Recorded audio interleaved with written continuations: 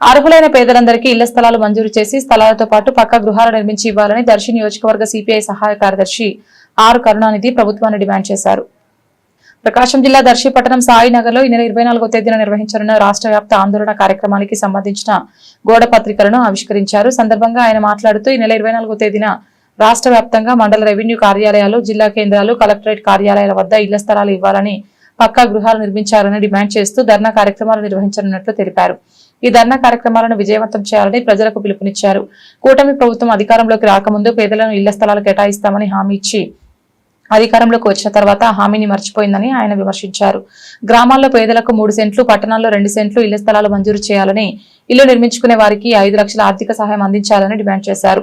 అర్హులైన పేదలందరికీ పెన్షన్లు మంజూరు చేయాలని, దళితులకు సాగు భూమి ఇవ్వాలని కోరారు.